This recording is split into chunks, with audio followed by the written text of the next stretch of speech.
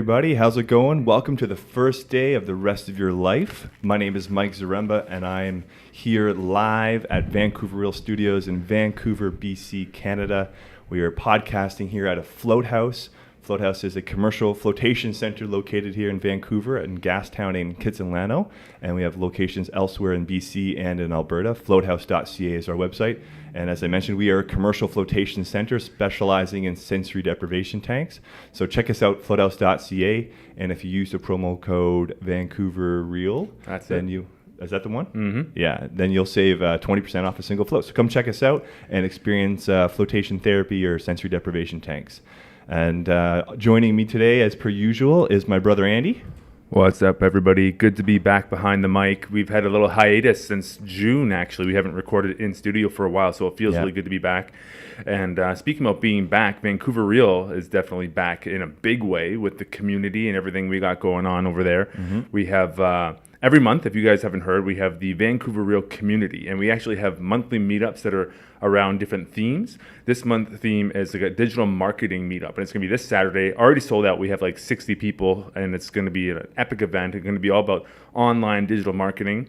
And then in October, we actually have a workshop coming up with Steve Maxwell. Steve Maxwell is personal trainer to the stars. He's been on Joe Rogan several times, and he's a wealth of knowledge. He's a black belt in judo. I think he's very well versed in jiu-jitsu, mm-hmm. Right. And he comes in, does fitness seminars, and also he's doing a full breath workshop for the Vancouver Real community for free. And that's linked on the Vancouver Real community page. So if you want to stay up to date with the Vancouver Real community and all the great events that we do, and they're all free, by the way, go over to the Vancouver Real community page on Facebook, and we'll accept you, and then you can stay up to date on that. And also... This episode is brought to you in part by The Grind Bar. And if you haven't actually tried one of these guys yet, you are missing out. And basically what this is a energy bar. And it's all organic products, all healthy. So hemp hearts, cashews, cacao butter, almonds, dates. Tastes amazing. I usually eat one of these things for breakfast in the morning a lot of times as a meal replacement, and with a little bit of caffeine in there and all the good high fat, so it's very ketogenic as well. It actually is ketogenic friendly. Mm-hmm. It's an amazing breakfast supplement if you don't want to have to prepare a meal every single day. And if you go on to have one of these, and it'll take you right through till lunch, and you won't have to eat again until that. I find it's a great little snack before my pre-workout. That's when I find I use it during my days, before I'm an intense power yoga class or going to the gym or the grouse grind or something like that. That's when I'll have one of mine. Yeah, totally. So. I have mine about an hour before the gym a lot of times too, with a coffee, and you do that, and your energy is just great, and you have an amazing workout. Yeah. So. Cool. Back over to you. All right. Yeah. And one more event to acknowledge, actually going to tie really nicely into our episode today, is a Vancouver Real event we're actually doing in collaboration with Float House and Ontogony. And Ontogony is we're going to get into what Ontogony is today, but it's a model, it's a system, it's an educational platform as well. And we're sitting today with the founder, and I'm going to do that introduction just in a second, but we're going to have a Vancouver Real meetup in early November. I believe November 7th is the date, Tuesday. It's a free Vancouver Real meetup featuring our guest today, and he's going to be going into some really interesting discussion, Q&A, and a little bit of a workshop as well with some of the topics we're getting today. If you haven't seen the post of what we're getting into, and it's going to be called the Universe of the Unconscious for this workshop. And so I'm going to slide that right into our introduction today, because we are featuring the founder of Ontogony, Dr. Carlos de Leon, live in studio. So thanks for coming, first of all, Dr. Carlos. Thank you for inviting me. Just call me Carlos. Okay, Carlos it is. Keep it simple, right? Yeah. All right. Sorry. And just as a little introduction, so Carlos, he has a PhD in clinical psychology and also holistic medicine, and you've been studying and practicing and researching for over 35 years various types of personal transformational disciplines and exercises and technologies and things like that, and practices. You're the founder of the Mexican Association for Psychotherapy and Transpersonal Development. So I want to dive into that in a second as well.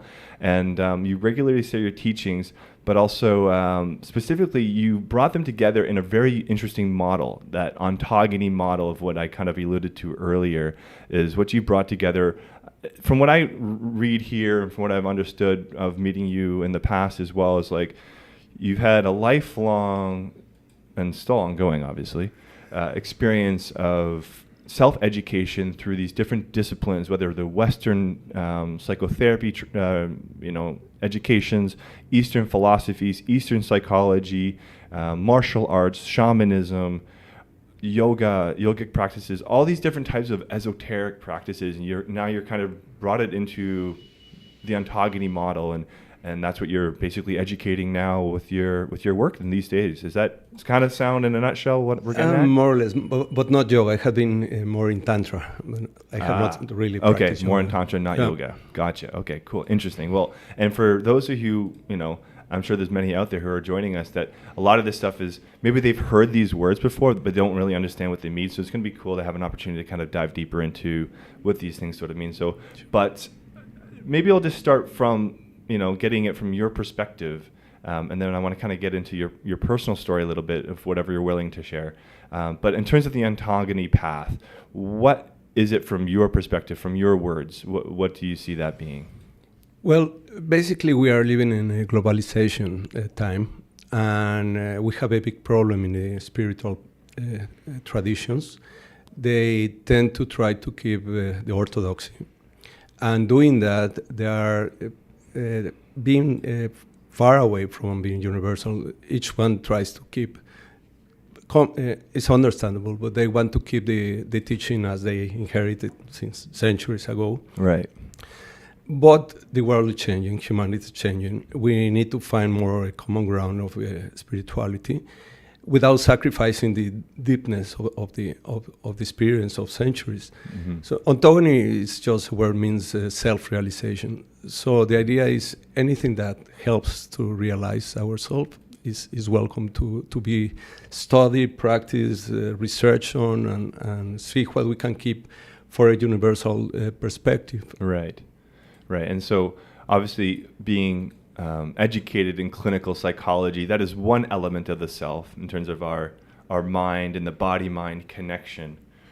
But where does it go from there? Like maybe in the West, we're not super familiar perhaps with other elements of the self. So what other elements of the self might you think are a little bit lesser known, at least to people of the West, that maybe you've learned throughout your different traditions?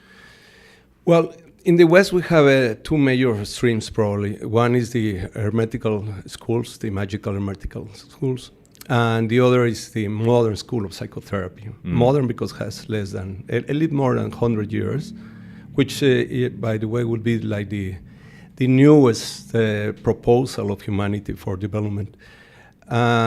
Besides that, there's always been the, let's say, shamanic traditions, and that's worldwide in all places. And then we have the very special schools of the East. You have all the types of Buddhism, and you have the Tantra and the Yoga, and you have Dzogchen now that people are more starting to hear about it. Mm-hmm. And of course you have all the Chinese traditions, especially the Taoist tradition is very deep. And there are some other, like for example, Korea has a very strong ancient tradition. They have even an oral tradition of 10,000 years, for example. I was studying with what would be a Korean Taoist teacher in South Korea, and their tradition goes back 10,000 years. Wow. And we hardly heard about that, and they have amazing things. And the thing is that many of these not very well-known paths are slowly disappearing or very fast disappearing. And it's a pity because there's a lot of experience that is just being wasted in that way. So a lot of what we have been working is trying to rescue what we can of these paths. Most of the old teachers are already gone. And the old teachers, they used to have a level of achievement that you don't have now in the modern times. Right. So, like the teacher of one of my teachers, for example, he was 300 years old. Another was 187 years old, for example. You had a teacher that was 300 years old. The teacher of my teacher. Oh, okay. The teacher of your teacher. Yeah, and another teacher I have, his teacher was 187, for example. No? Right. Wow. So they knew things that we have no idea anymore. Nobody is really interested in investing time in practice. Yeah. That's one thing that is normal because of the way the civilization is going on. So the idea is what can we rescue of the old times, and how can we readapt the practice, especially the practice, not the concepts, because concepts are just models of explanation. Right. But how can we apply the practice of old times in modern times? Right. That has been one of my main interests. Okay. And is that something that you have kind of formulated as you got deeper into these different traditions and disciplines and practices? Or is that something you went out from the get-go? Did you kind of go out to learn these things because you realized, oh, some of these ancient traditions are kind of disappearing, so I want to go learn them? Or was it kind of throughout your own personal journey through them that you realized, like, oh, these are starting to slip away, and now we can, what's the most effective way to kind of at least preserve and remember the at least the practice of it, or at least the tangible parts of it? Yeah, actually, it started because I was born in Mexico. I was growing up in Mexico. Yeah. And a lot of the old knowledge that Mexico used to have basically was transformed into kind of syncretist practices with Catholicism and all that. Sure. And we still had some isolated native tribes that used to have a more pure knowledge. So when I was quite young, I decided to try to learn whatever I could from them. And actually, most of these traditions are now gone because the young people they don't want to learn something that is not giving money back. Right. And basically, when I start to travel around, I found the same phenomena. Like in India, for example, the young people are really not interested in going very deep into spirituality. Right. And the old teachers are dying without leaving students to continue the lineages. And so that's, I had found in wherever place I had been trying to find some knowledge that is happening. Like these smaller, more secretive traditions are basically disappearing. The ones that are more institutionalized, more organized and economical, even with power, they are the ones that you still can find very good teaching, like Vairayana, for example. You have very, very good living teachers. What's that one, sorry? Vairayana is the Tantric Buddhism that Tantric basically developed in Tibet and in China. Okay. But all the other lineages that are not really structured like religion, let's say, basically they are disappearing very quickly in that sense. And most of them would probably have oral teachings, and then when the person's gone, well, then it's gone. It's gone. Wow. Yeah, like it happened here. I used to learn with the White Crane Kung Fu with Sifu Chow. He was the great grandmaster of the system. And actually, like a Chinese movie, Kung Fu Chinese movie, he used to have 2 books, secret books, with the strategy and the formulas and all that. And when he died just a couple of years ago, the books were lost because it seems that he left them in some bank and nobody knows about the books. No. So now they are gone. They lasted for 400 years. Holy and now crap. the books are gone, and it happened here in Vancouver. No, it's right. So it's very frequent. You see that in Bali and in India and Nepal. Like the old teachers are leaving without really leaving material, of course, not written. And nobody to practice or to teach the lineage. So it's a pity. Right. It's a pity. And so, you've been kind of on this path studying this stuff, it seems like, for most of your life. I started when I was 15, Right. 59 now. Right. And so, because I don't know, maybe in Mexico it's a little bit different, but probably not. I know when I was 15, I wasn't studying spiritual practices or ancient traditions. I was playing football and and caring about school and that kind of stuff, and and then girls and being cool and whatever, right? So what was it at that age for you that kind of got you hooked and really interested, like at such a young age, to this? Well, I was very lucky. I have a very crazy brother that was very macho, and he loved to pick up fights in the street.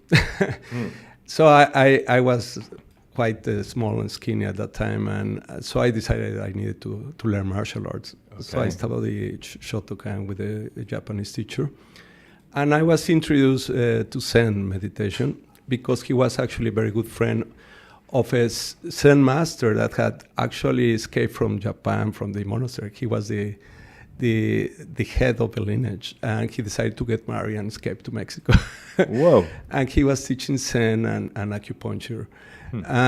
So my first karate teacher was a very good friend of him, and he practiced Zen. So I started to be introduced to this inner part of the art, and I also had a very good luck that my family come from a psychic line. So when I was 15, I started to practice out-of-body experiences. So that with the karate and meditation started to form my path. Right.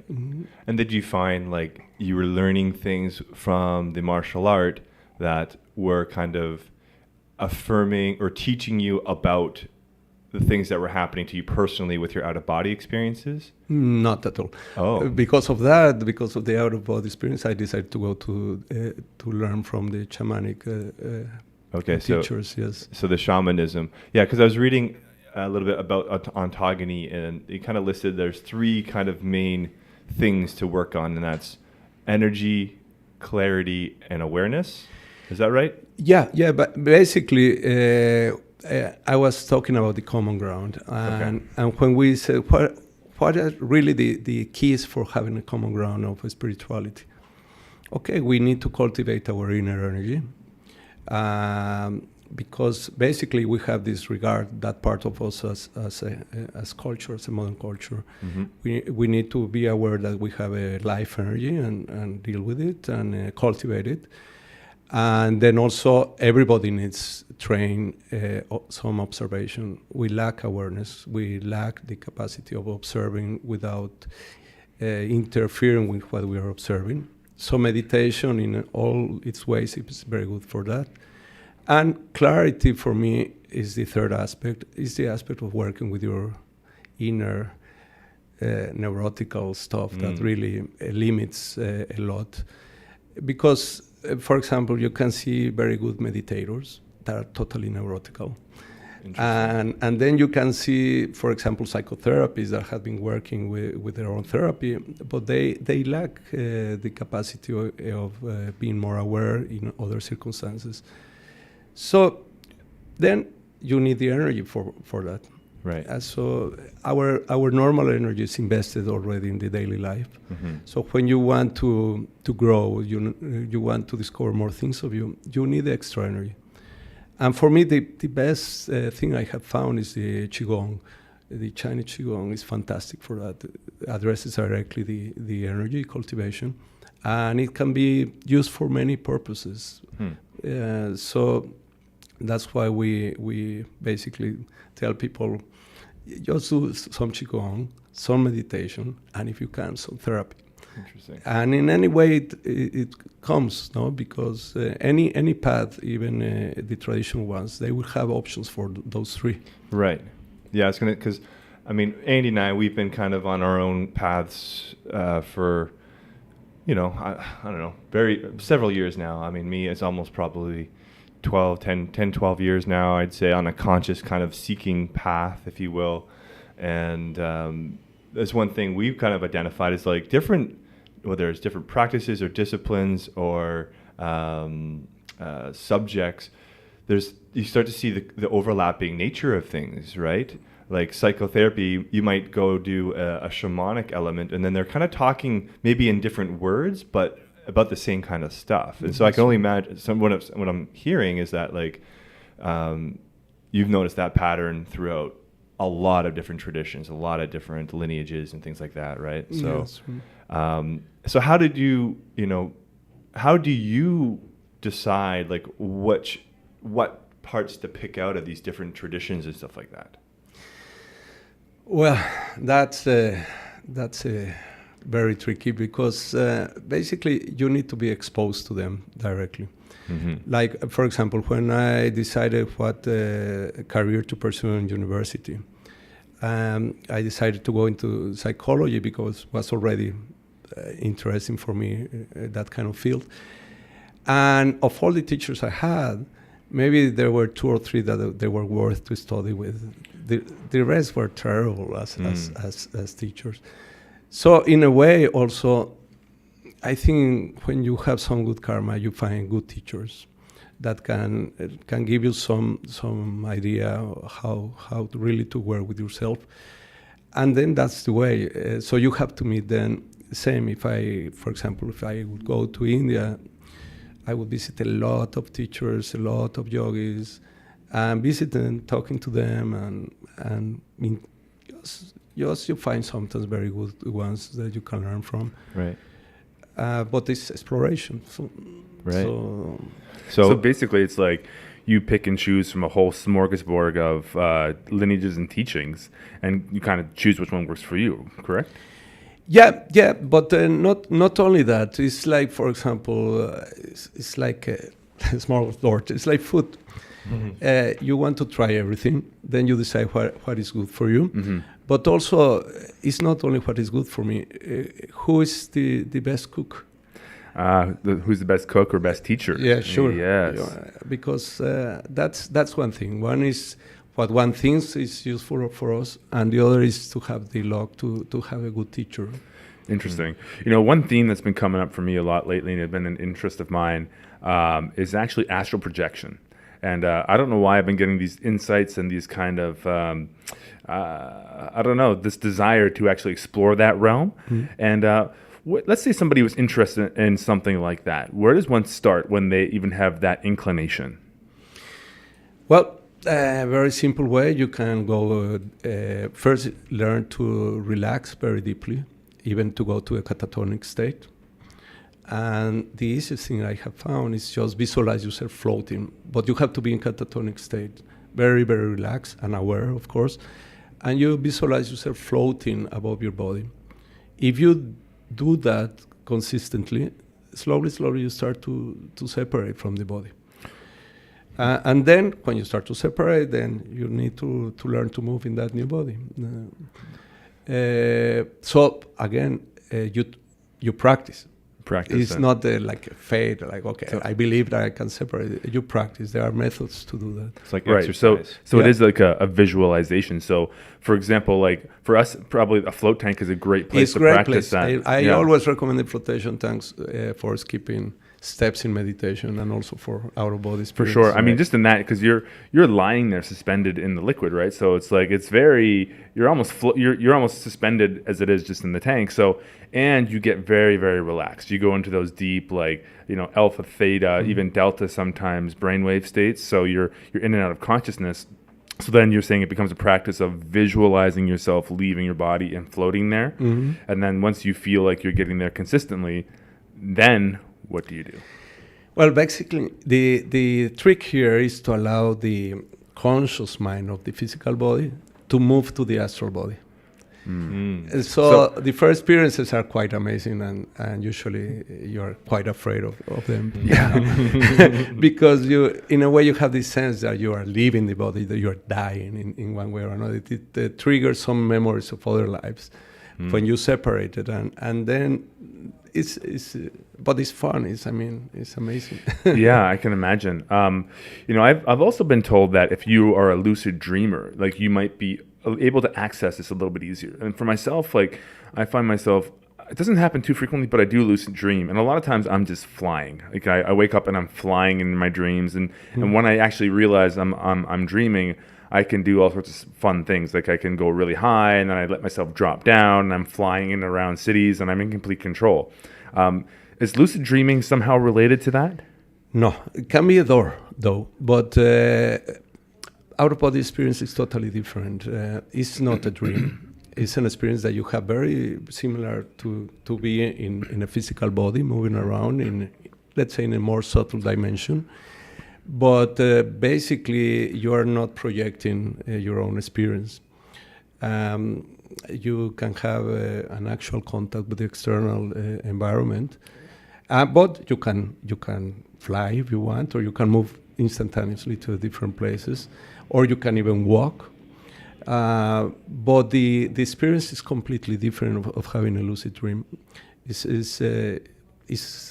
completely different. Right. Experience. Okay. So the lucid dream is just a dream, whereas this is actually you're somehow physically actually leaving your body. Actually, it's something very similar of what will happen when we die.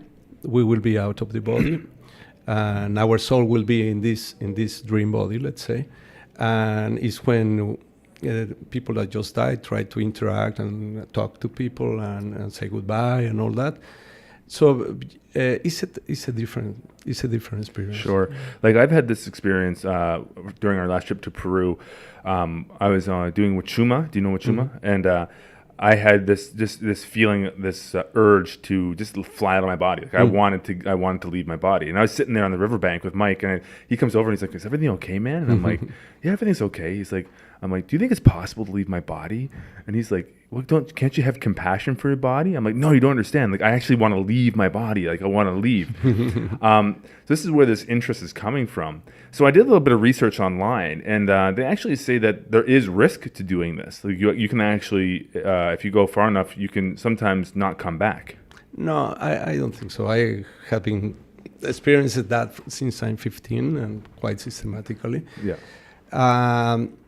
Only if you mess around with the, let's say, kind of shamanic warfare or something like that. Sorcery and all that. That would be a real danger. But if you are not attacking anybody or with if you're just out there playing and exploring, it's relatively safe. Yeah.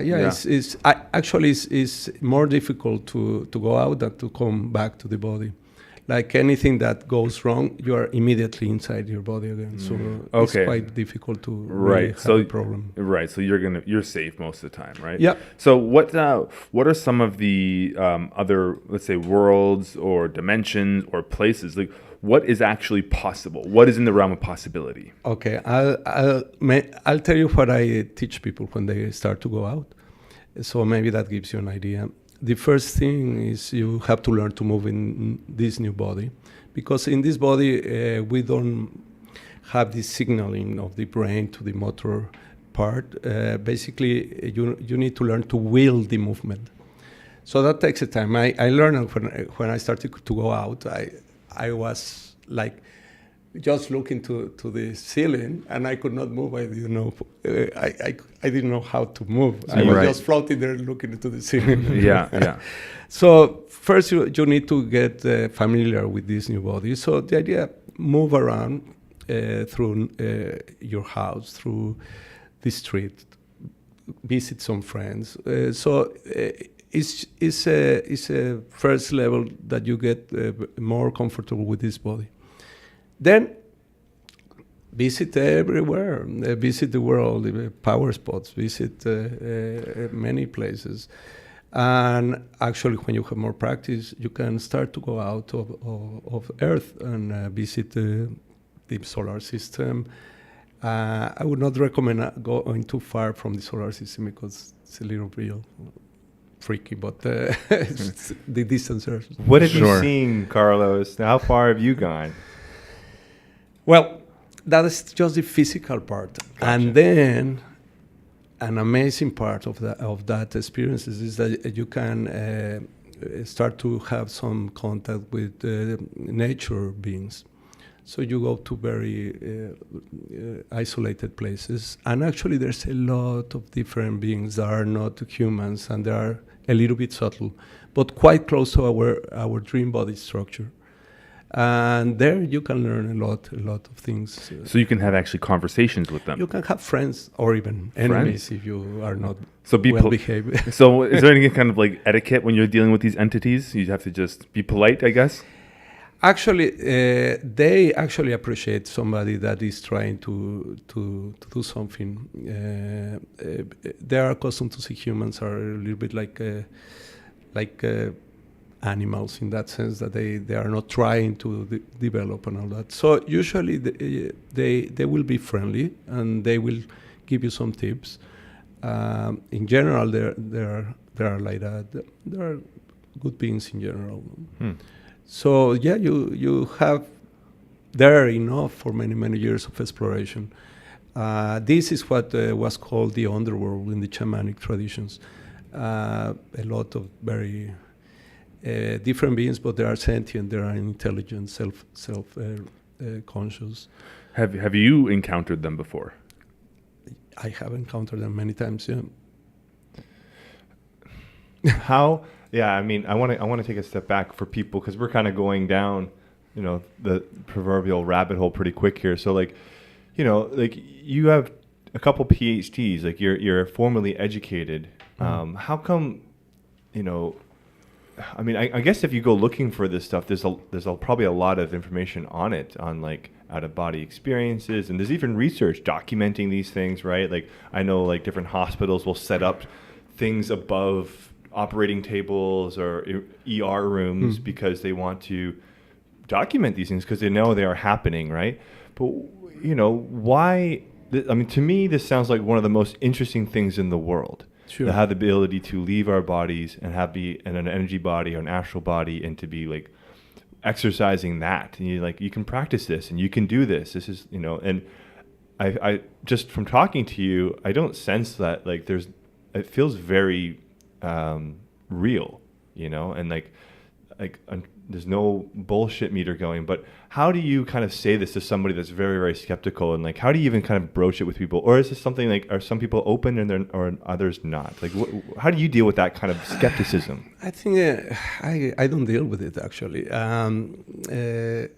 Basically, when people get a little more mature, existentially speaking, they start to look more for something. Everybody's going to be out of the body when we die, so that's for sure. So skepticism will die with that also. But basically, when people start to look for something else, if they are inclined to this type of work, then I can talk about it. If not, it's useless. I guess you're attracting people who are interested in it naturally. Like people are seeking you out. They're interested in these. Well, some come because they are sick, so they come for health purposes. So Qigong is very good for that. Some people come because neurosis has already created a big limitation in their life, so they want to change. They want to get rid of their shit. So okay, that's a good door also. Right. And some people want to find themselves spiritually. And today, I mean, here maybe it's a bit new for first world countries, but in Mexico and third world countries, there's a very strong magical tradition, a very strong belief, very strong, at least tradition, if not practice anymore. It's very it's embedded in our culture, no? Mm-hmm. So many different reasons, but it doesn't matter. Whoever comes, we try to help them. 43 points. Try to teach them. And I guess I jumped right ahead. I'm like, so all you gotta do is go into a float tank and start watching your body move. But is there anything like, what are the steps in between? So what are some techniques that you use to get really relaxed in order to have that out of body experience? Okay, now I just relax. But when I started, I used progressive relaxation. I was doing a lot of autogenic therapy. That was the system that was created by Schultz and Lute. That was basically hypnotherapists that they wanted to do a kind of self-hypnosis process. I found their techniques very, very useful because they use suggestions with visualization, and it's very effective to talk to the unconscious. Can you give us an example of that? Yeah, like for example, you will just lie down and imagine the whole arm, and and just say very, very softly, in a positive way, my arm is heavy. And just repeat it again. Meanwhile, you are visualizing the arm. And then suddenly you feel the arm heavy. Then you go to the other arm, and then to the legs. And then you do it with warm in the extremities. And then you work with the forehead, and just my forehead is cool.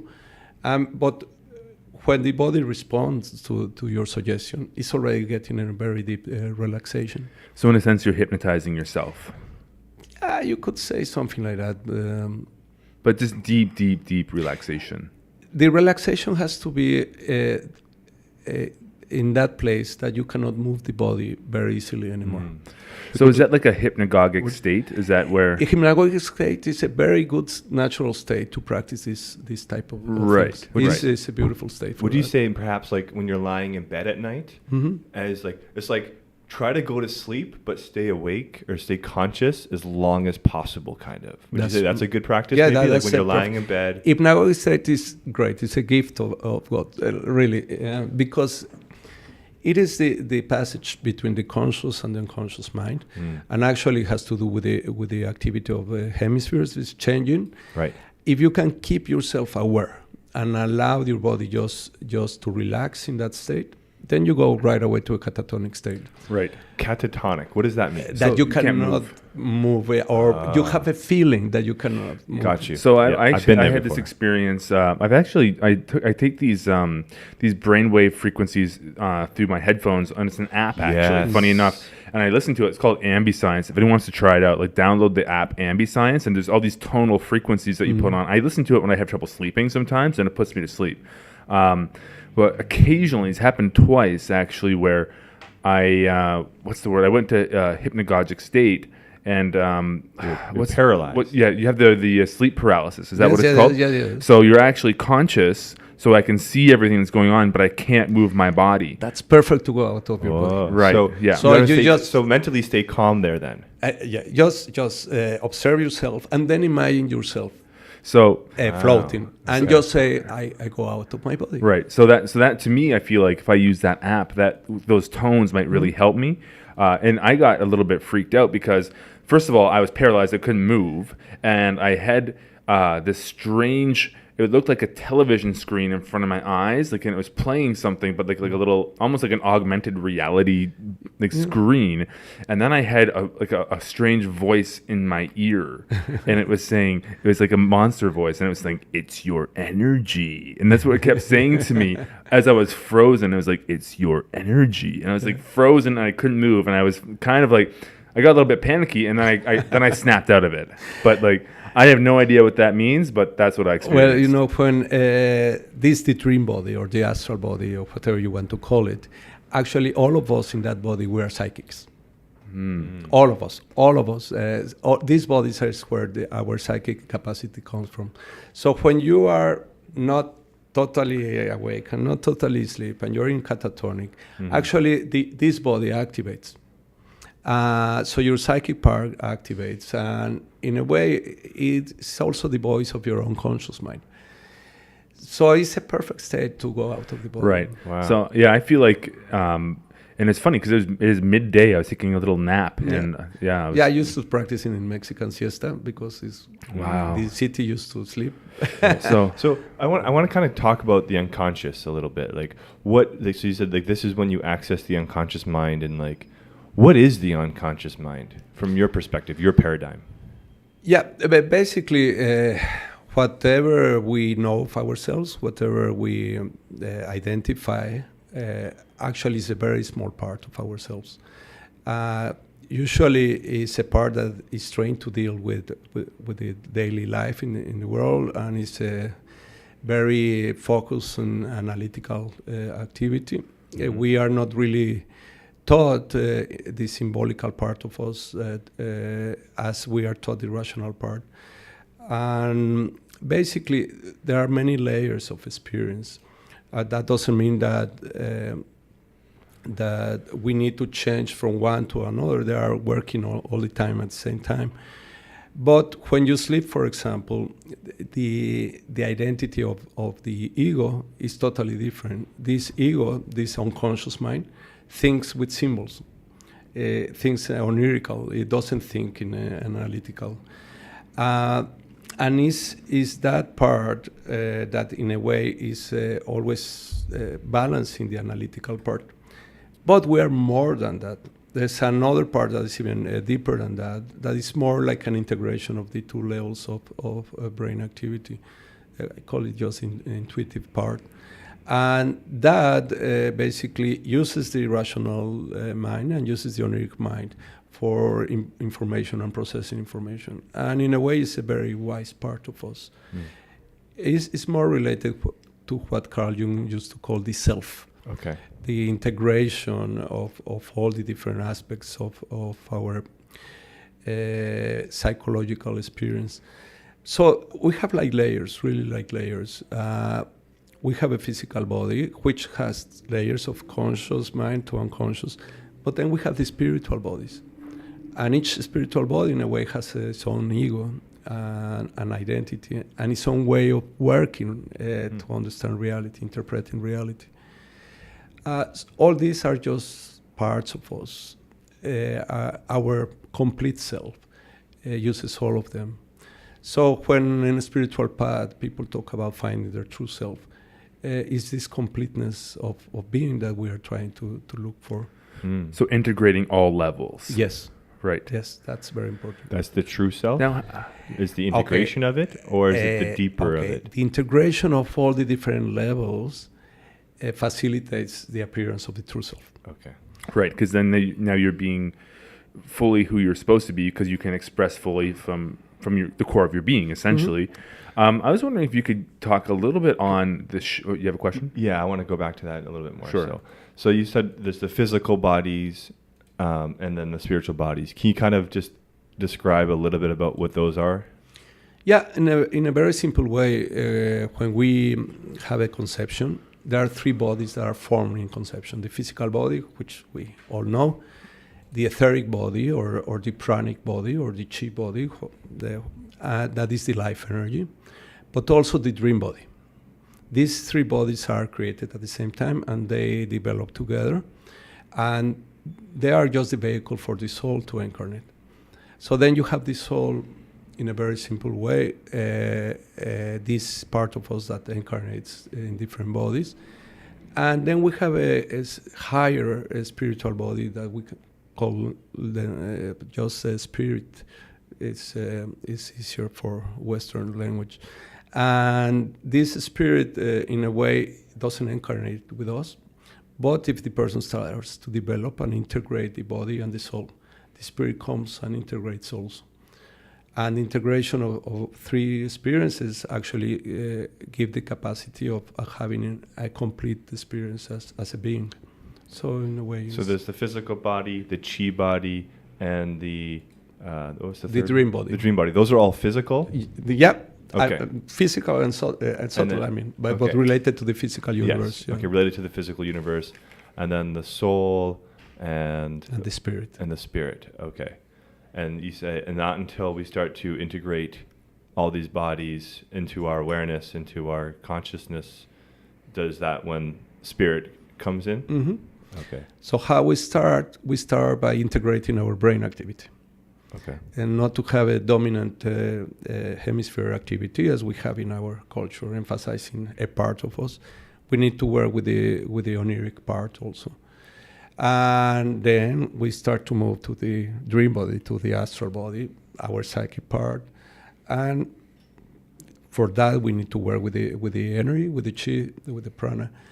And then eventually the soul can start to have a connection. So it's when people start, for example, to remember past lives spontaneously and all that, the soul is starting to connect with the physical bodies. Interesting. Can I ask, so at what point do you know that you've reached that integration, like as a person? So you've integrated all the different levels, and now you're perhaps ready to go into the more astral planes.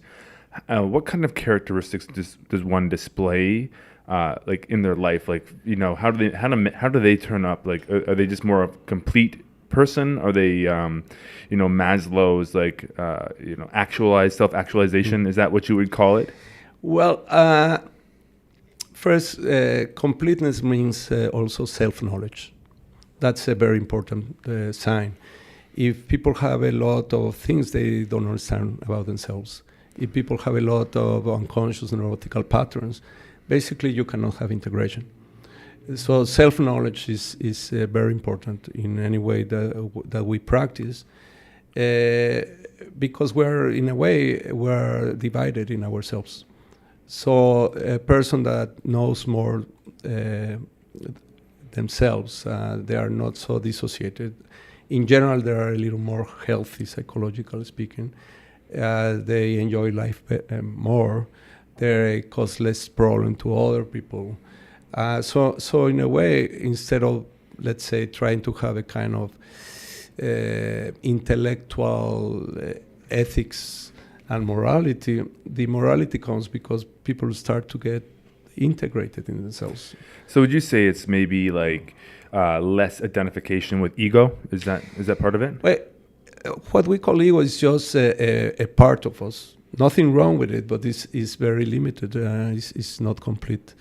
The big problems here is that we are motivated a lot through our unconscious content. People don't realize it. Actually, people think they are making decisions and moves in life because consciously they are deciding that. Yes. And usually there are motivations that are not only unconscious, many times neurotical. Right. So we are run quite. I heard a number by actually Bruce Lipton when he's on London Real was talking about how he said that we're 95% run by our subconscious mind. Would you agree with that number? Well, I don't know exactly the number, but probably something like that. Yeah, for sure. A lot, anyways. A lot. And I wanted to jump into really quick regarding the subconscious. And Carl Jung said, he's like, the first step towards enlightenment is the encounter with the shadow. And a lot of people in the spiritual realms or practices they dance around that. They want to go right to the higher levels. They don't want to look at the ugly stuff. They don't want to look at the stuff inside them. Can you speak on maybe the shadow work and shadow side of the subconscious?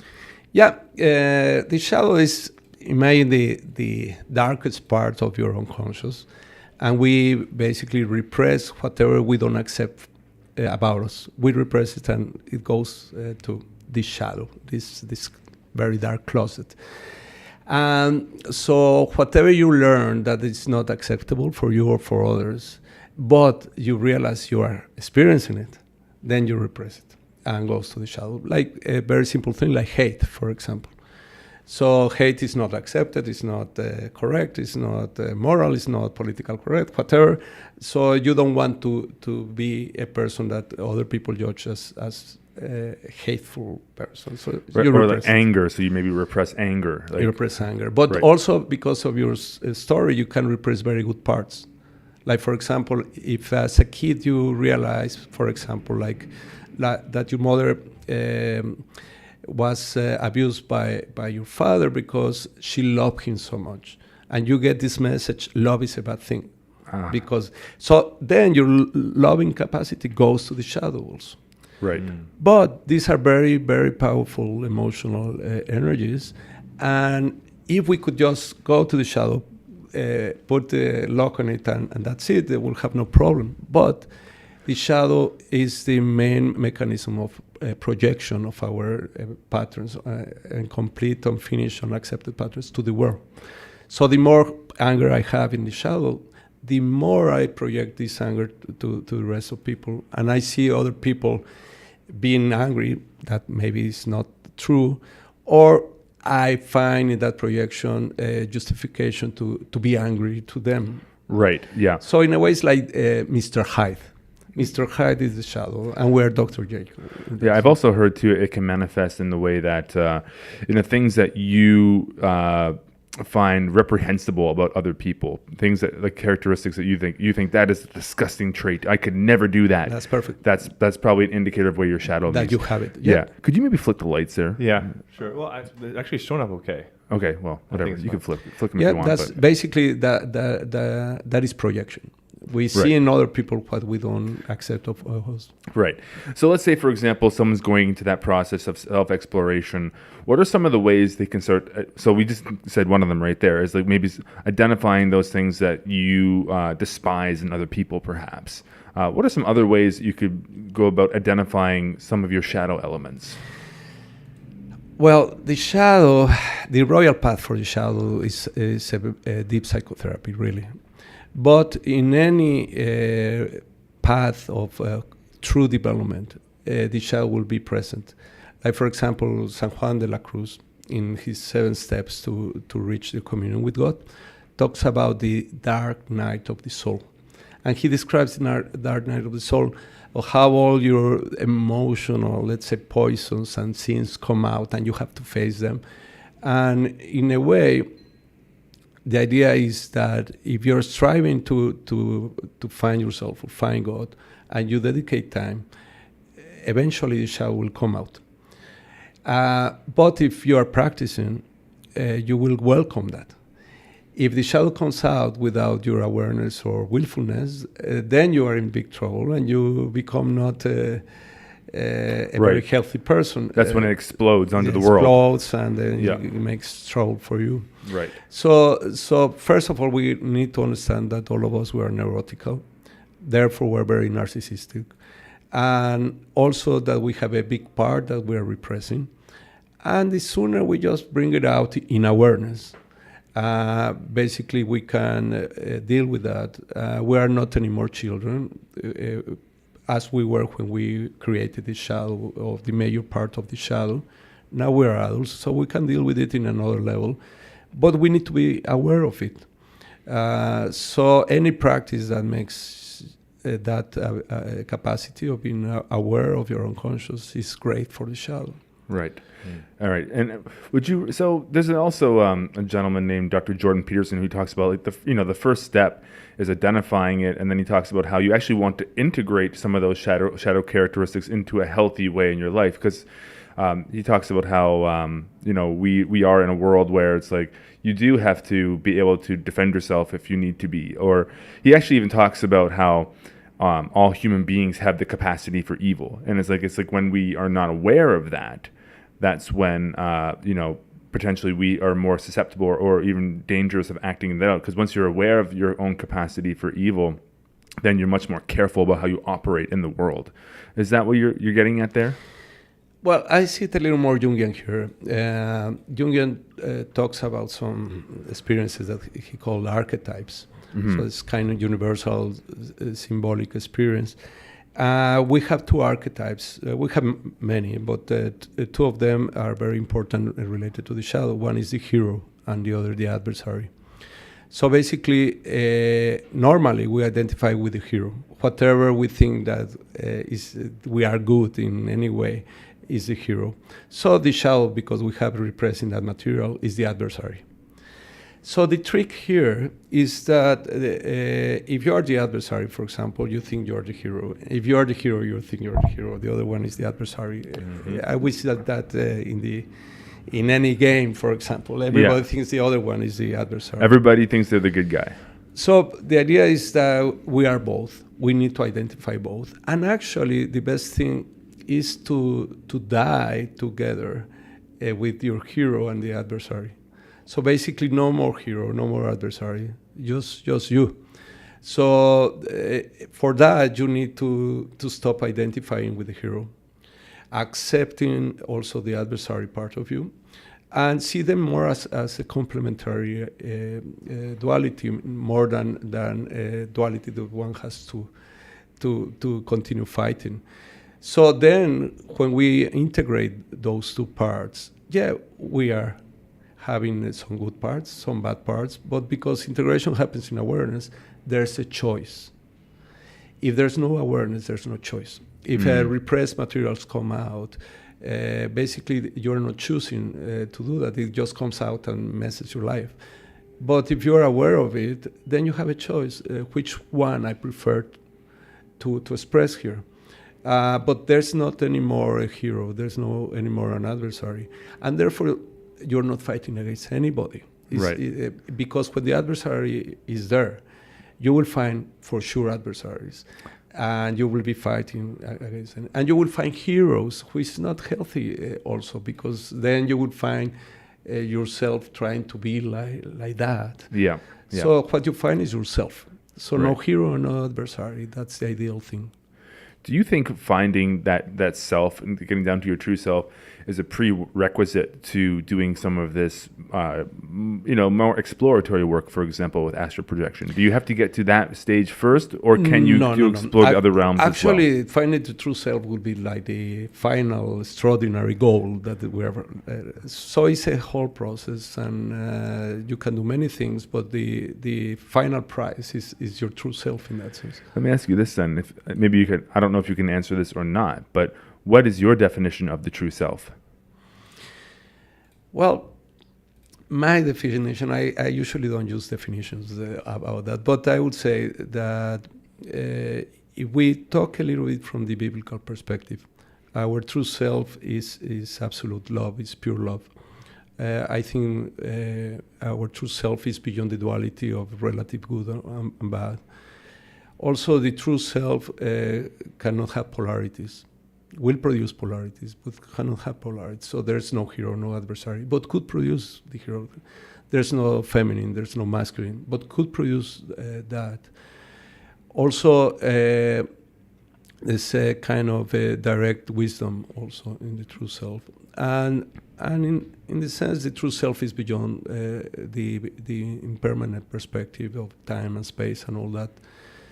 So some people call it Buddha nature, some people call it the Shiva, the divine self, the divine spark.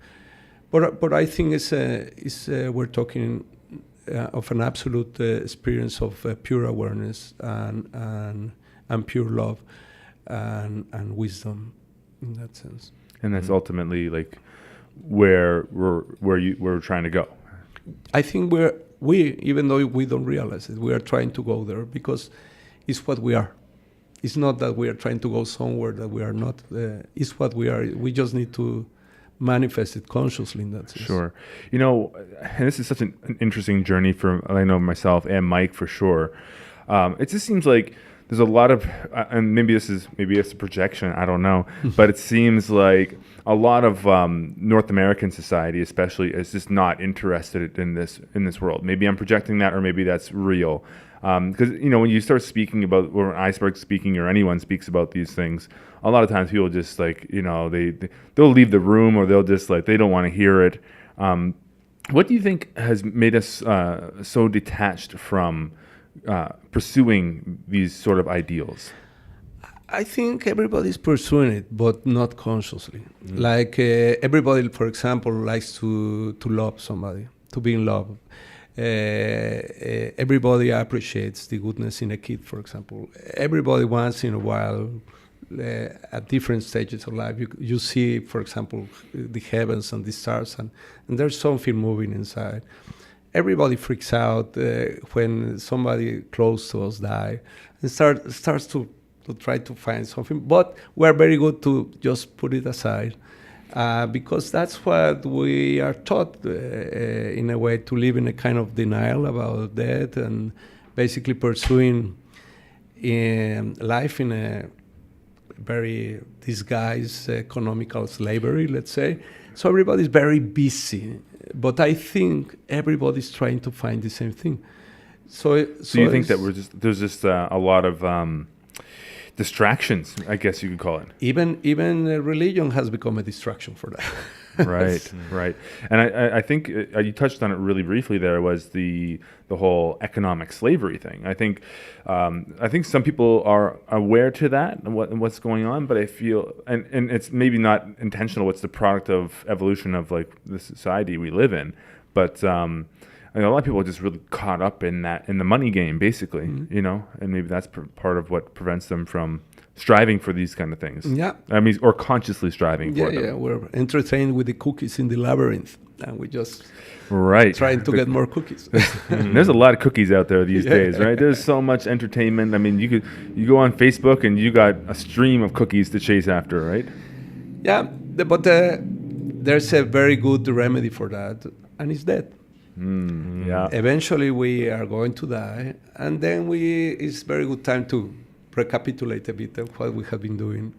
We tend to forget, but that's why I think we have so limited this lifespan. I don't know where I've heard it before, but I've heard it before, and I kind of I connect with it on some level. I want to hear what you think of it. Is like, yeah, our whole experience in life is actually to kind of prepare us for death.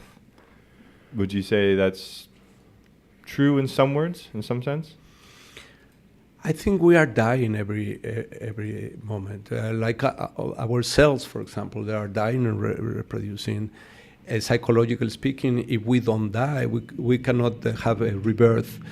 Every time a kid loses a teeth, it's a death. Yeah. Every time you say goodbye, it's a death. So death is present all death the time, is always but we there. don't want to see it. Right. So it's like the changing of form, you could even call it. Yeah, impermanence. Impermanence, sure. Right. Yeah, impermanence. That is so right, right. If we accept impermanence, then it's okay. Right. Because it will cover all levels of our existence.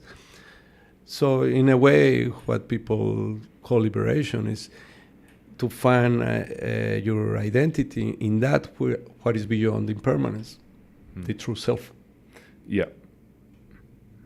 Yeah.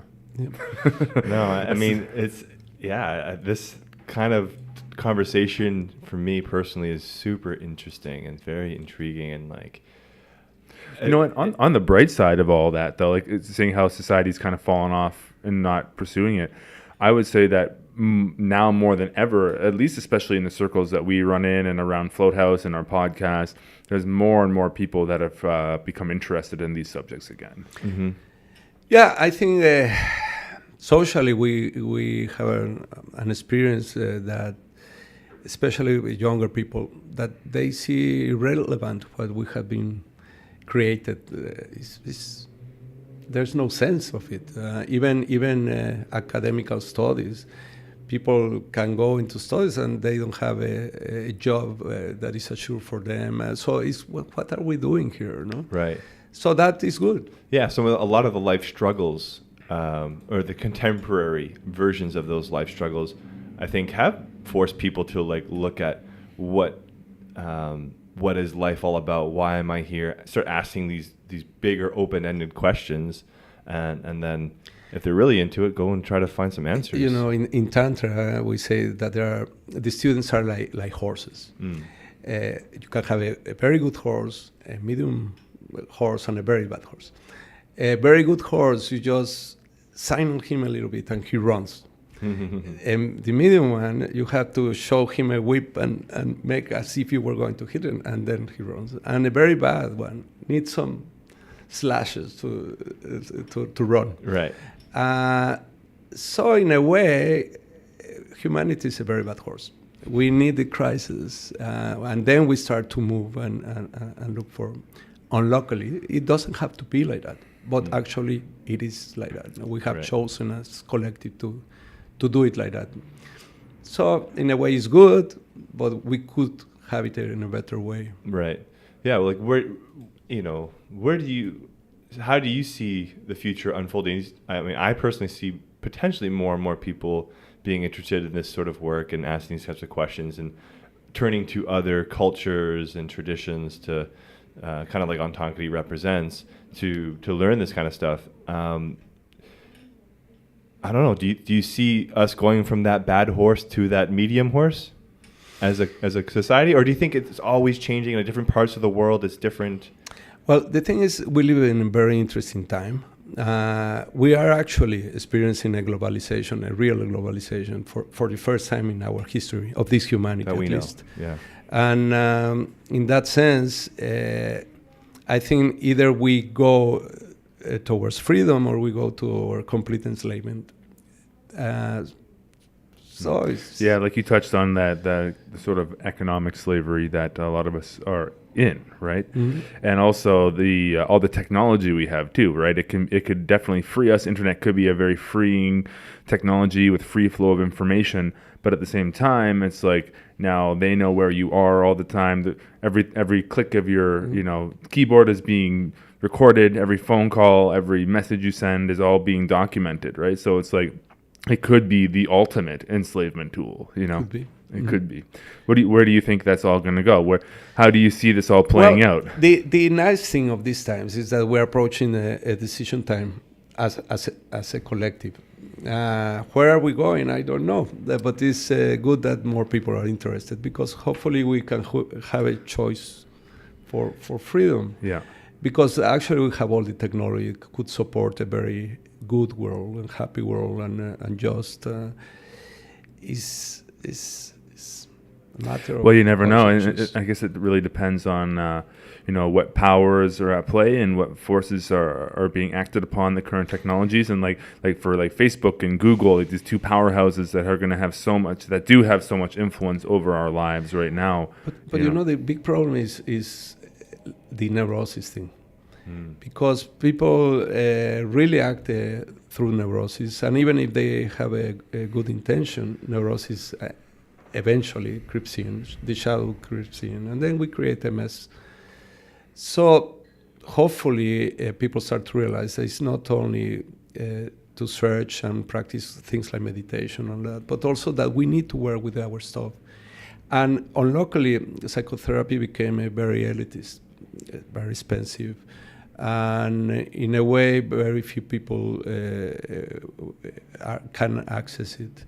A thing that we have been trying to do a lot is introduce different ways of therapy that goes a little more beyond the psychotherapy itself, just a more popular way of understanding this part of us is really, really important. Mm-hmm.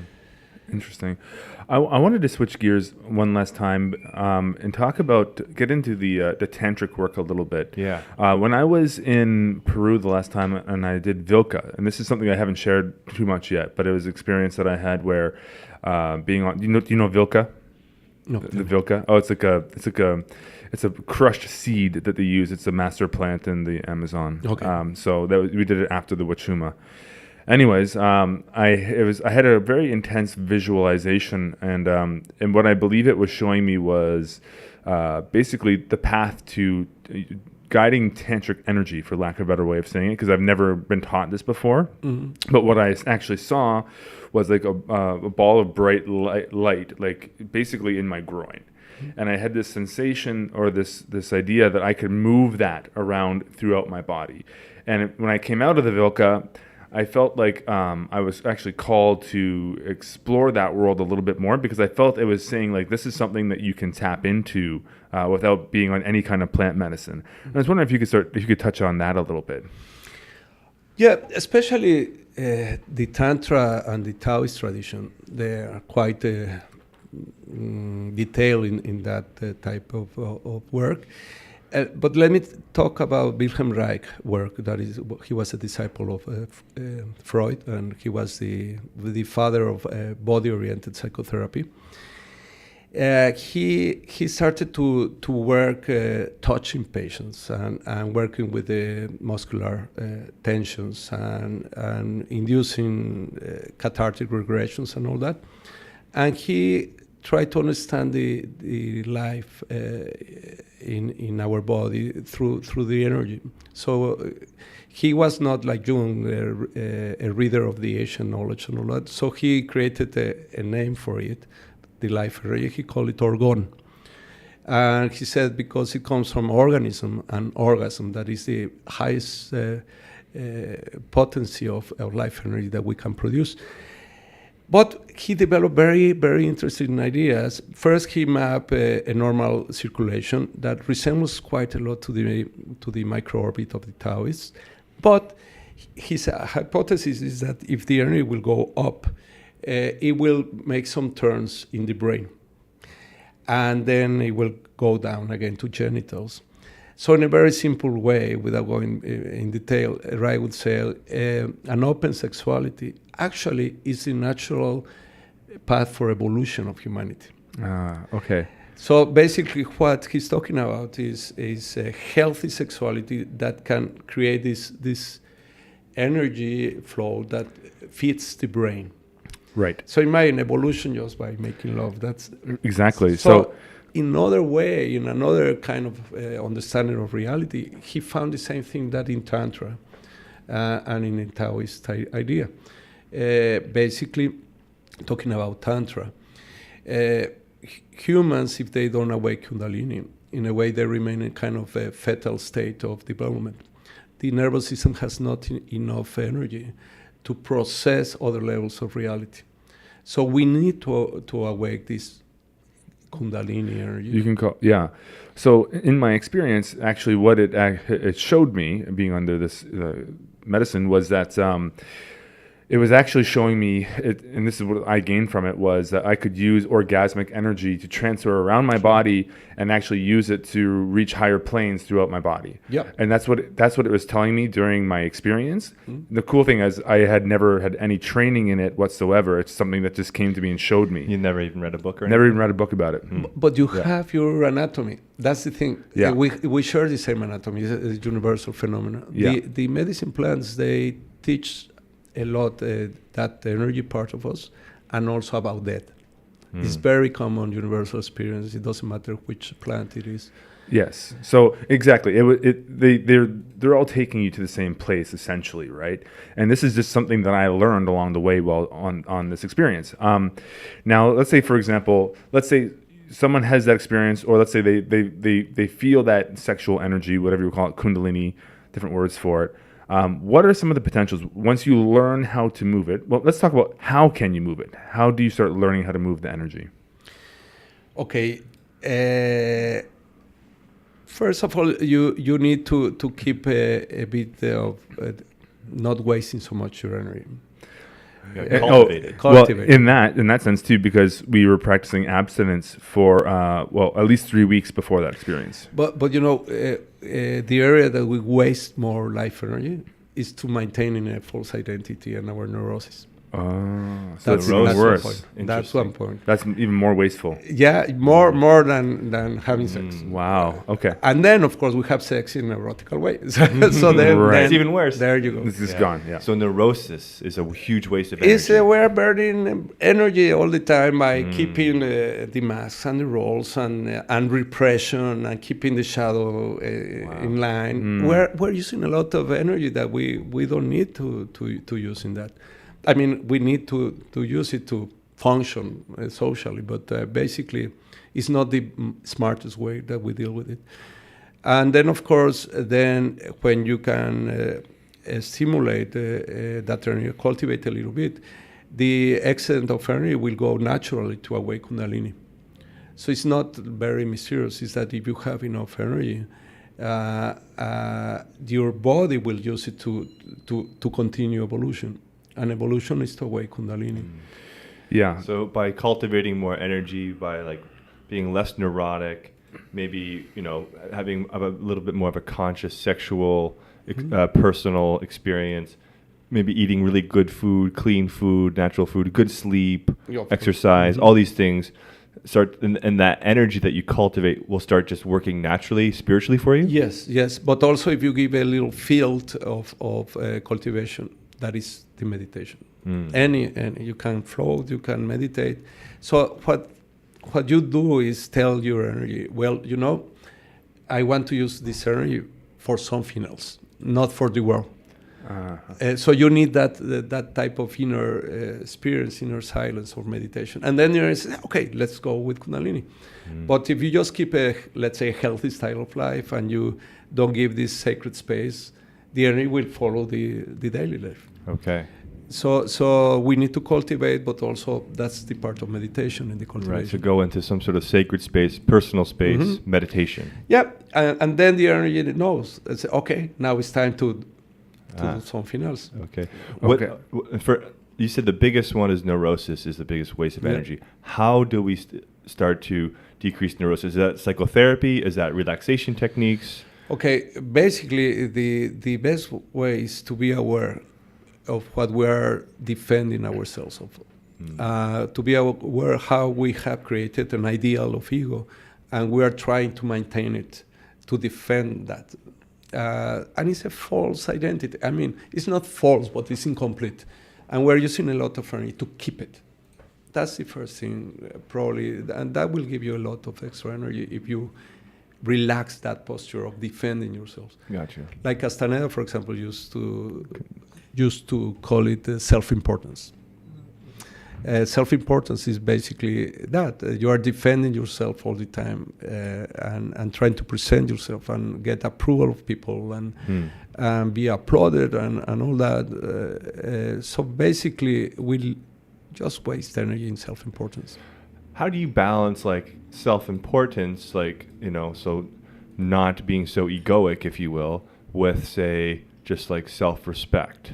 And like, because where is that line drawn of like, okay, you don't want to take yourself too seriously and all these things that you think are important egoically, but also you don't want to be, taken advantage of.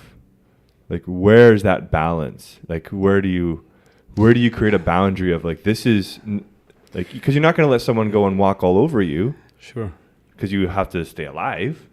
But then there's also like, where's that boundary of like not taking yourself too seriously too? What do you think to that? Well, one good thing is to find humor in life and learn to laugh about yourself and laugh about others, even if people don't like that. But we should help each other by not taking ourselves too seriously. A lot is more to try to have a natural way of being powerful, not an artificial way. So basically, if you see, for example, a lion or a tiger just in their natural environment, and even though they are relaxed, they look totally powerful. You don't want to mess with them because they have a natural power. But we humans, because of our neurosis, in a way, is a basic pattern. We feel in a way inferior. We have an inferiority complex, and we are trying to compensate it all the time. And even though we do things that are in a way healthy and clear to preserve ourselves, it goes contaminated with this idea of proving that I'm not inferior. So in a way, I would not really be very worried about being powerful or defending truthfully what is yours. I will let the natural power to arise.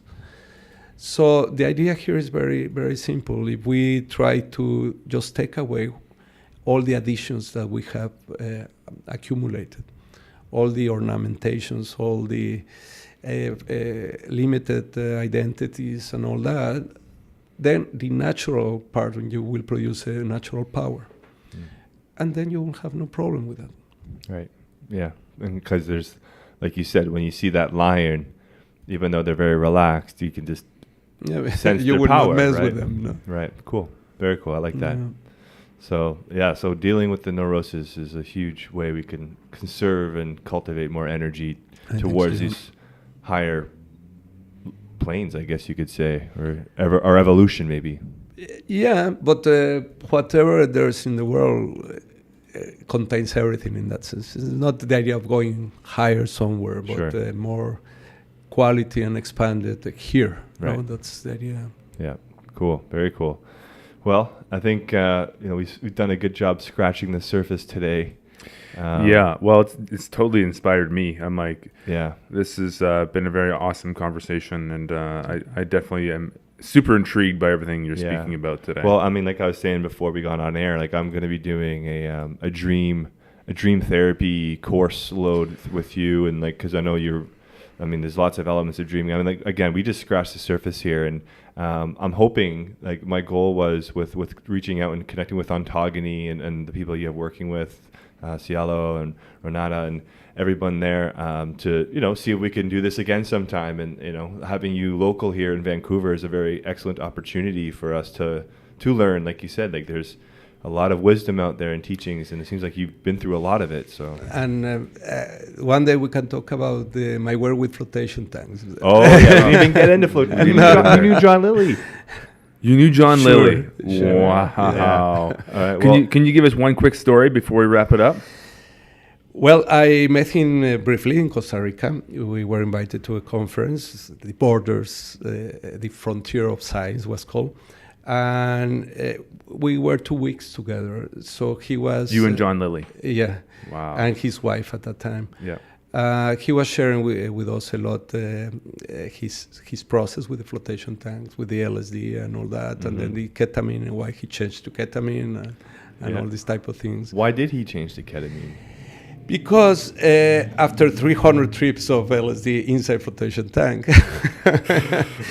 he actually started to have contact with other beings that were not part of our reality. And he noticed that the traces of the acid was not allowing him to be totally conscious of what he experienced outside. So he started to try different substances, and he found ketamine as the best way of disconnecting from the body and bring more awareness to the experience of being out of the body. Wow. So he could be more clear-headed when experiencing these entities. Yeah, because he was actually leaving his body in the tank and having all these weird contacts. But when he will come back to the body because of the acid effect on the body, he will be a little bit... well, you're on acid. You're on acid. So he then found ketamine, which is a general anesthetic. So he will go out consciously and come back consciously. Interesting. Because that really makes a lot of sense because, ketamine, it's been used as a horse tranquilizer, right? So, but you were saying, like, if you go to that really deep relaxation state, that catatonic state. Catatonic, yeah. Catatonic? Catatonic. Sorry, catatonic state. Like where you get really still, and I can see how maybe ketamine kind of supports getting to that state so that you can then leave. And actually, Lily was almost all the time out of his body. The soul was not in his body. Really? Even during his waking life? Yeah. He will just come in to, for example, for his talk, or to ask a question, but usually he will be out of the body, like totally like a mystic. Wow. But a friend of mine was very, very rational, very intellectual. He was hunting for answers from him. And we were in a church, in an old church in visiting, and my friend just stopped him in the corridor of the church, and he asked a question: "What do you think of the Christ consciousness?" And Lily didn't look at him, and he just made like that. The hand pointed to a window, and actually he looks, and this is beautiful Christ, and the sun is coming, and he's getting this, and then when he looks back, Lily was already outside in the street. He used to be like that, like very mystical, wow. Beautiful, not words like that. Amazing. Nice. Thank you for that. Well, we'll have to have you back on again to just talk about those experiences for sure. So cool. Yeah. Well, for everyone joining us and who's listening to this or watching this in the future, Ontogony.com is the website for the Ontogony Center. They have tons of different workshops, events, courses. Definitely check them out. Dr. Carlos de Leon is the main facilitator of this whole center and this model of study. You have students internationally speaking, but you are here in Vancouver. So we're very lucky to have you in this city. And so thank you for coming on the show. And I look forward for the invitation. Our pleasure. So Ontogony.com, check it out. Thanks again for joining us, everybody. Vancouver Real community page for all of our local events and community events. Floathouse.ca if you want to come experience flotation therapy and get into that catatonic state and start working on your energy body. Use the promo code Vancouver Real and save 20% on that first one. But you know what, to be honest, get into the membership because that is a way better bang for your buck. And if you're going to treat this like a practice, which is how floating should be treated, that's the way to go. So, yeah, definitely. And of course, we didn't even mention at the beginning, but we had a massive meditation last night down at Sunset Beach. Yeah, we really did cool. The mindful mass Biggest meditation. We had probably close to 230 people show up on the beach and did a group meditation, which was pretty spectacular. Yeah. So if you'd like to be in touch for the next one, join the Mindful Mass Vancouver Flash Mob. I think that's what it's called. The group. Facebook group page. It's a Facebook group page called Mindful Mass. Just Google that, Facebook that, and you'll find it. And just join up with that page if you want to come out for some mass meditations, which are really fun. Mindfulmass.org is the website. You can also sign up for the emailing list to stay connected. Exactly. And lastly, I forgot to mention where to pick up the grind bars, and that's you can go to just thegrindbar.com and you can grab one of these bars, or you can come and get them at Floathouse because we retail them here. Awesome. Great. Thanks again, everybody, for joining us. Until next time. Thank you. To whatever is. To whatever is.